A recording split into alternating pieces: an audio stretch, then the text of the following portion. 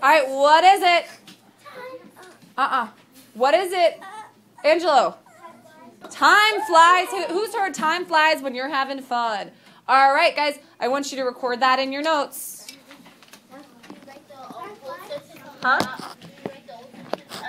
No, you can just say time flies and then write down your own meaning. Time flies means time goes by really quickly or whatever. I don't care what you put down. You're writing, and you can add monkeying around as well. That way, guys, if we're reading poetry and one of these things comes up, you can open up your journal and be like, oh, what does that mean again? And then you have your notes. Shrink your handwriting so you can fit it all. Okay? Time flies when you are having fun. You guys are totally correct. And for some reason, it doesn't do anything. Let's see. Why do you no work? Okay, I don't know. All right, it's locked. Whatever. Ooh, Angelo's got it written down. Time goes by fast. You may show me you're ready by putting your pencils down and having your eyes on me. Thank you, Sophia. Thank you, Kimberly. Thank you, Piero. Thank you, Joe. Oh, good job, good job, good job. Okay. Time flies when you are having fun. Okay. All right, you guys ready for another one? Yes. Okay, ready?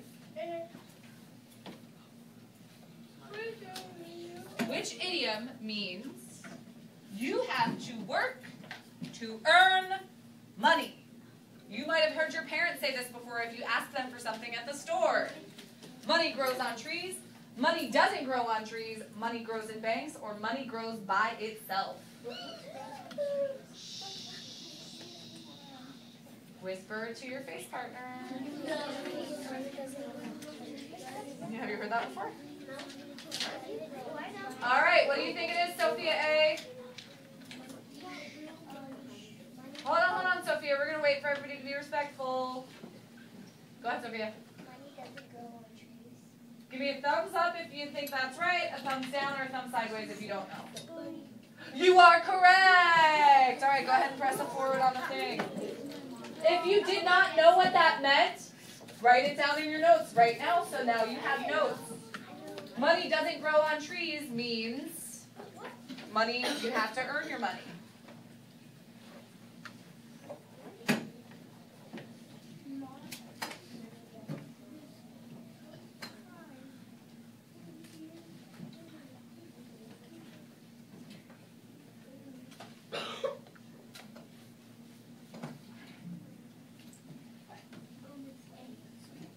Mark is so shy when he has a group of people that he is running in circles.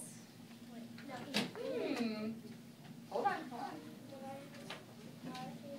What do you think it is?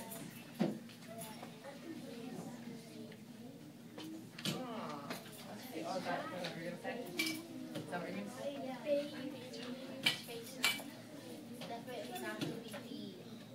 Oh, yeah, okay, so Mark is so shy that when he is in a group of people, he is running in circles, as quiet as a mouse, jumping through hoops, or bathing in woods. Let's get rid of which ones we know are not correct. If Mark is shy, which one of these idioms is not correct? Which is not the answer. This is a good test-taking strategy. Angelique. C? Yeah. D? Yeah. No. A babe in the woods? No. All right. There is another one that is not the correct answer. Kim. So yeah, he's not going to be running in circles either when he's in a group of people. So is he quiet as a mouse or jumping through hoops? We have quiet hands up. Thank you for quiet hands, Andy. As quiet as a mouse? We are. Yes. Good job. He's quiet as a mouse. Because you know mice are quiet. All right, let's do one more. If you want to jot that down so you remember it, you can. All right. Last one. Ooh, this one is going to be hard.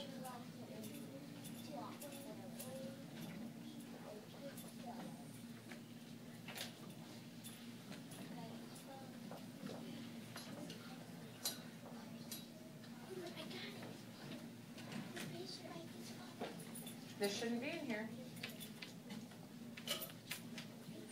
So the idiom a chip off the old block means a good fellow, like his father, listening carefully, or an excellent leader.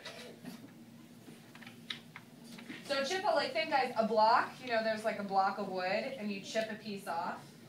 What is the connection that you could make there? A block and then a part of the same block. Sophie, what do you think? You are correct! A chip off the old block means you're similar to your father. Because you know what? You chip off the block, it's the same wood, just a smaller piece of the same wood. Aren't you the same as your parents? You're just like a little smaller version of your parents? Do you get it? Isn't that cool? Okay, go ahead and jot that down. Write it down. Take notes. Look at how big that orange paper in front of you is, Boo. Oh, man. Did you write it down? Okay. All right, and then we are done with our idioms for today. So I want you to, in your brain, oh, we're not done with our poetry for today. We're just done with idioms. I want you to, in your brain, pick the one you thought was the most interesting or the one that you maybe have heard a couple times before. Okay? What's the one, now I want you to whisper to your shoulder partner which one you thought was the most interesting.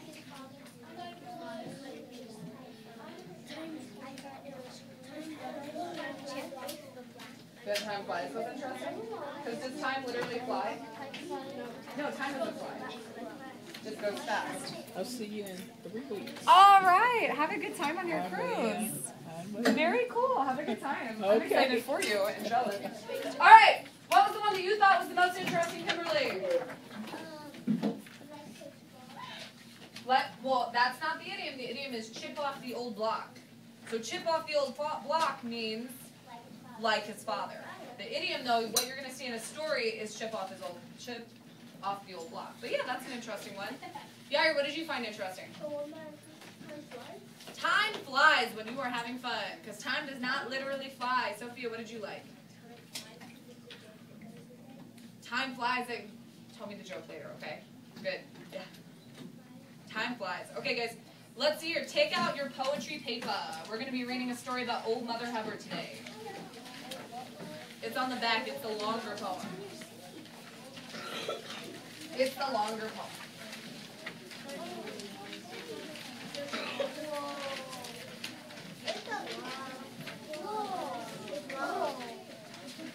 Just do your best right now, okay? Do your best. Alright, I like how Mario's getting his stuff out.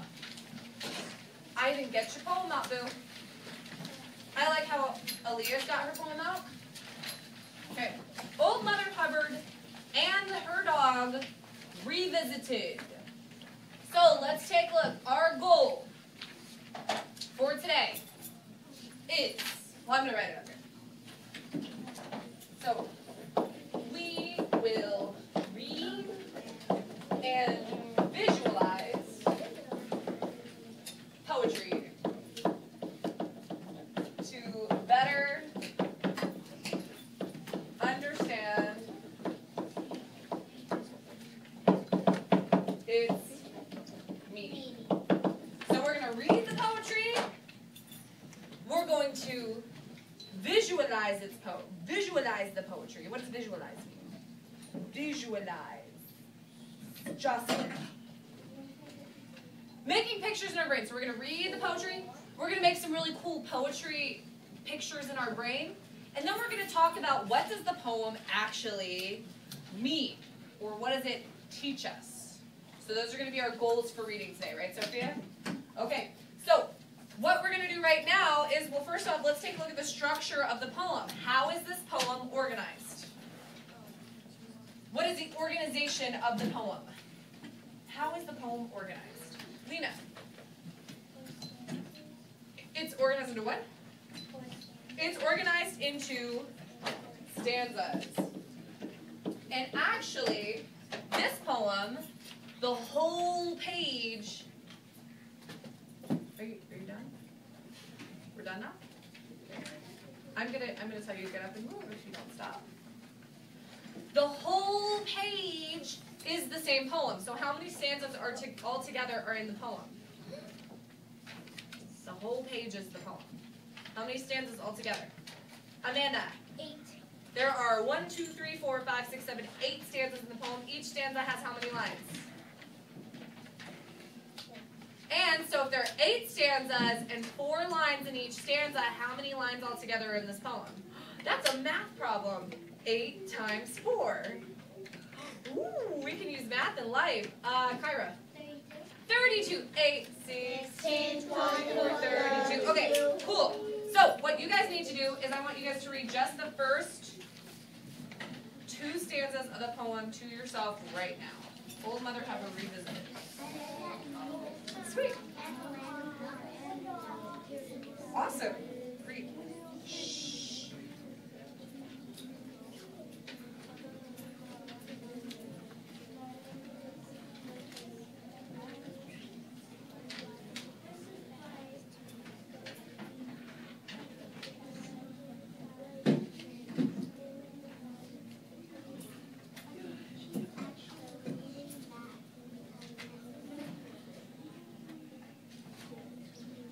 It's another way to start it. So instead of saying she says this, this is what she says. All right, guys. So follow along with me as I read. So we're going to be visualizing the poem in our brain. So you are just listening this time. So your eyes are on the paper. You can use your pointer finger if you think you're going to lose where I am. All right. So we have Old Mother Hubbard and her dog revisited. Said Old Mother Hubbard one dark winter's night while giving a bath to her goat, "That dog looks like he's been having a fight. I wish he'd take pride in his coat." All right, so we got to stop and we have to think about what does that mean. So we have this lady, Old Mother Hubbard, and what do you see Old Mother Hubbard doing on that part? What does it say she's doing? What does it say she's doing, Carlos, in that part? No, oh, that's not what she's doing. What is her action in that stanza? Reread the stanza. Kimberly. She's giving her goat a bath. You guys know what a goat is, right? Yeah. So she's got her goat in a bathtub, and she's scrubbing that goat. And she says to the goat, "Man, that dog looks like he's been having a fight." What does that mean? He looks like he's been having a fight. Does that mean the dog is all nice and beautiful? No! What does that mean, Carlos? He has been on the streets a long time. So, like, how does the dog look then? All messed up. He's all messed up, maybe he's like dirty and he's gross. And she says, "Man, I wish he'd take pride in his coat." What does she want the dog to do? She wishes that he take pride in the coat, in his coat. Does he literally have a coat? No. What's she talking about then? Juliana. She's talking about taking care of himself. Taking care of himself, taking care of his fur maybe, making sure he looks beautiful and pretty. Okay, so let's see here. So we have the very next morning, she had a great shock, which made her feel weak in the knees, at the knees. For there was the dog, wearing beret and smock, painting pictures of birds in the trees. What? What is happening here? The dog's wearing a beret and a smock, painting pictures of birds in the trees. So you're going to think, tell your shelter partner what you see in your brain.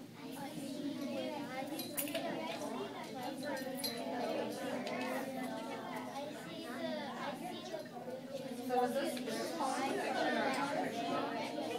How do we know it's fiction? What can happen? Exactly. So now this dog is like doing what? What's he doing, Ivan? He's painting birds in a tree.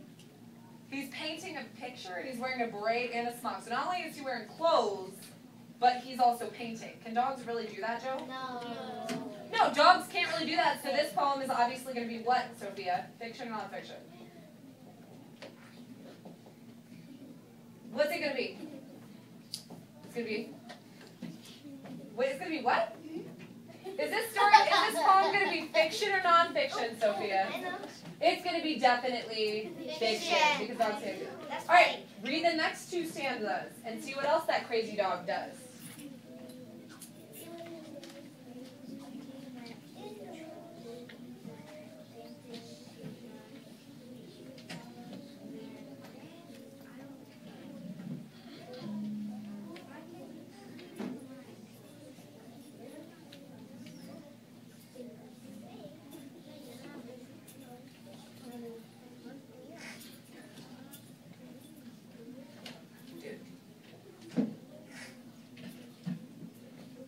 right. He went. So we're on the third stanza now. So put your pointer finger on the third stanza so you know. So I know you're with us. All right. Let's see what that dog does next. He went indoors, leaving his paintings to dry. She followed, and what do you think? He was dressed as a sailor, a patch on one eye, with a small fleet of boats in the same. What? Said Old Mother Hubbard, you're getting me down. Oh, won't you behave yourself, please? But 5 minutes later, got up like a clown. He was juggling pieces of cheese. All right, so now let's think about so now I've got all these crazy images in my head. What images do you guys have in your head? Because we're visualizing, remember? We're visualizing so we can understand our poetry. What images? What do you see in your brain, Caesar? I saw him juggling cheese. Do you see that crazy dog juggling cheese? Yeah. What? Okay, so he's juggling cheese. What was he doing in the third stanza? What's that crazy dog doing in the third stanza? Count down 1, 2, 3. Yair, what's he doing in the third stanza?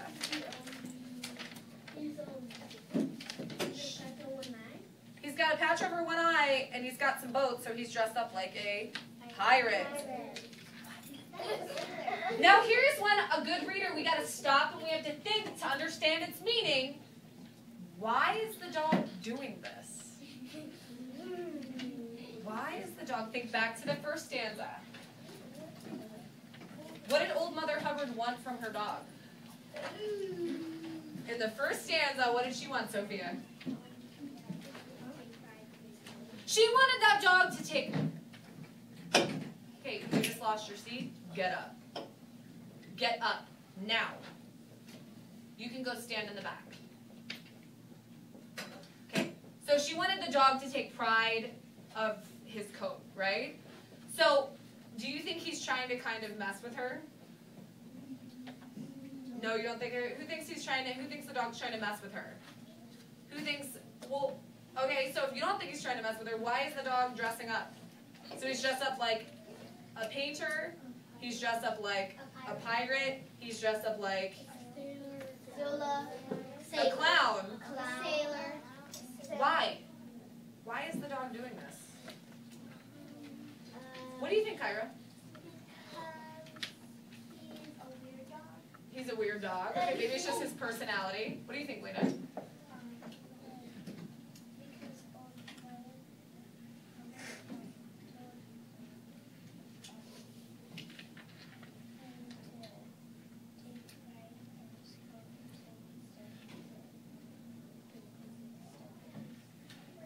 So because she asked him to take pride in it, he started to do crazy stuff with it. That's a good idea, Juliana. Because maybe he wants to be those things, Joe. Because the mother wishes that he had pride in his coat. Wishes that he had pride in his coat. Maybe because he's doing all this crazy stuff to show her that. Okay, guys, take a minute, take about 1 minute, and try to illustrate some of the images you saw in your head on your poem now. Now we are practicing our visualization element.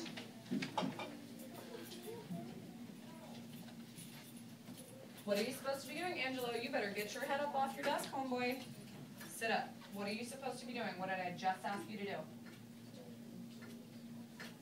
You're supposed to be illustrating. You may get your poem and you may go sit back there by the computer. At no point should you ever be doing that while I'm talking.